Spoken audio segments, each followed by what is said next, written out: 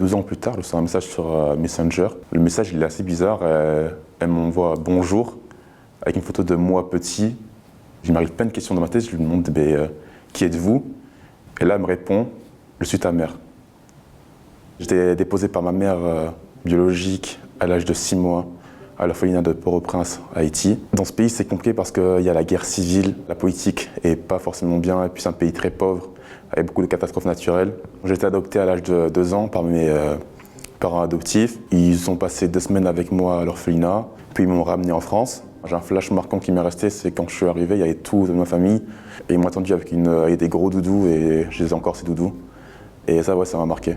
Au début, je parlais pas trop, j'étais très fermé, j'étais un garçon assez timide, qui avait du mal avec le contact humain. Tu comprends pas trop ce qui se passe. Tu es avec plein d'enfants et d'un coup, des gens viennent te récupérer pour t'amener avec eux. Ils te posent plein de questions, qui c'est, pourquoi ils font ça, pourquoi je reste pas là-bas. Et c'est petit à petit commencé un peu à me, comment dire, pas à me dévoiler, mais genre à m'ouvrir aux gens, à m'ouvrir à ma famille, à comprendre que j'avais aussi le droit au bonheur. Mon père, il m'a raconté un souvenir que j'avais quand j'étais petit, c'était on jouait tous les deux à la balle. Et au début, je ne renvoyais jamais la balle. Vraiment, j'étais trop fermé, j'avais assez peur. Et un jour, je lui ai renvoyé la balle et c'était le meilleur jour de sa vie. Dès la maternelle, j'avais compris que j'étais différent d'eux parce qu'ils m'ont toujours tout dit. Ils me montraient plein de photos, même ils me montraient des reportages sur Haïti.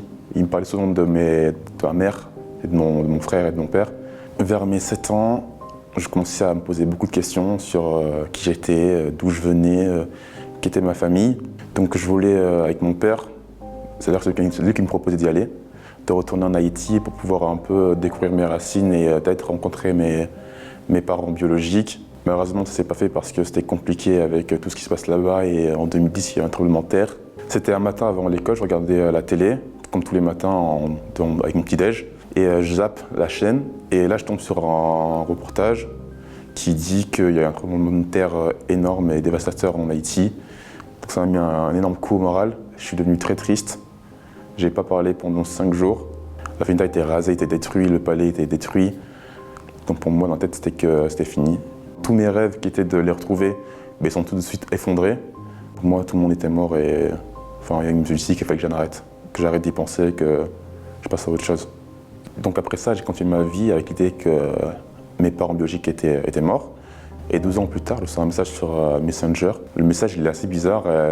Elle m'envoie bonjour avec une photo de moi petit. Et en fait, cette photo, c'est une photo que mes parents avaient envoyée à l'orphelinat. Donc moi, il m'arrive plein de questions dans ma tête. Je lui demande qui êtes-vous? Et là, elle me répond, je suis ta mère. Pour moi, tout était fini, enfin, il n'y avait plus rien. Et d'un coup, je reçois ça à 22 h. Enfin, pris par les émotions, moi, je pleure, je m'effondre. J'ai pas compris, j'ai appelé ma mère. Je lui ai dit, maman, il y a une femme bizarre qui m'envoie un message, qui m'envoie une photo de moi petit. Qu'est-ce que je fais? Du coup, elle me dit, Arthur, montre-moi les screens, j'appelle ton père. Et après, ils me disent quoi dire comme question. Donc, je lui pose des questions, je lui demande comment je m'appelle. Elle répond juste, donc elle me dit Nelson Pierre. Ensuite, je lui demande comment s'appelle mon père.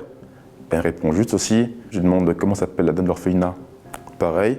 Elle répond juste, elle me donne le nom de l'orphelinat. Au début, on avait un peu peur que ce soit des pirates ou des trucs comme ça, mais comme tout a été détruit, c'était impossible qu'ils se souviennent de tout ça, ou qu'ils récupèrent ces données-là, mais qu'il n'y avait plus rien. Quand tu as vécu avec l'idée que ta famille est morte, et recevoir ça d'un coup, ça fait bizarre. En fait, c'était beaucoup trop brutal pour moi. Les mots sont très forts. Dire je suis ta maman alors que j'ai déjà une mère en France qui m'a élevé toute ma vie. Ça fait beaucoup, ça fait vraiment beaucoup pour moi. J'ai pas trop pensé à savoir pourquoi est-ce qu'elle m'avait écrit, pourquoi est-ce qu'elle m'avait abandonné. Et c'est vrai que sur le coup, vu que j'étais assez choqué, j'étais triste, que je savais plus quoi faire, j'ai pas réfléchi, j'ai coupé court à la discussion. Mais là, elle m'envoie encore des messages, je sais très bien que si je réponds aux messages, je pourrais avoir des réponses à mes questions. C'était hyper intrusif et même c'était trop brutal. Elle a employé des mots trop forts pour quelqu'un qui est censé être mort. Aujourd'hui, 1 an après, j'ai quand même envie de retourner là-bas, de découvrir qui je suis, etc. J'ai toujours envie d'en apprendre un peu plus et surtout j'ai envie d'avoir le cœur net sur qui est cette personne. Pourquoi est-ce qu'elle vient me parler maintenant? Je sais pas si c'est pour me retrouver ou c'est pour juste me demander un service.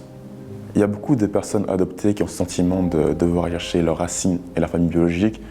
Et moi, pour ma part, c'est pas vraiment mon cas. Moi, je cherche juste à comprendre l'histoire du pays, à connaître le pays, à aimer le pays et à aider le pays.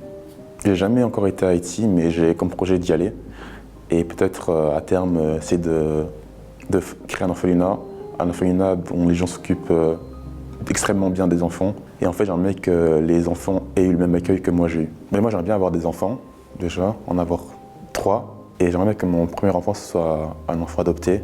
J'aimerais bien l'adopter en Asie. J'ai envie de redonner cette chance à un enfant qui peut-être se sent seul, qui n'est pas forcément heureux, qui était délaissé par sa famille. Et j'ai envie de pouvoir l'élever et donner une chance d'avoir une vie meilleure. Niveau amour, m'a donné trop d'amour. Moi, je fais encore des câlins. Mon père, j'ai 23 ans, mais je fais des câlins encore. Même ma mère, hein, tout le monde. En fait, j'ai envie de donner l'amour qu'il m'a donné à une autre personne qui mérite aussi d'avoir de l'amour. Je remercie énormément mes parents de m'avoir sorti des bidonvilles et de la pauvreté d'Haïti. Aujourd'hui, ils m'ont élevé, ils m'ont aidé, ils m'ont soutenu. Ça m'a permis de travailler pour des grosses marques comme Jean-Paul Gaultier, Galeries Lafayette, Anthony Garçon, et sans eux, j'y serais jamais arrivé. Si j'aurais un conseil à donner aux gens qui sont un peu dans la situation et qui se demandent d'où ils viennent, c'est de foncer, de comprendre leur histoire, l'histoire du pays, de s'entourer de gens qui peuvent les aider et qui veulent leur bien, et en gros de donner de la force entre eux pour essayer de parvenir à leur objectif. Et voilà.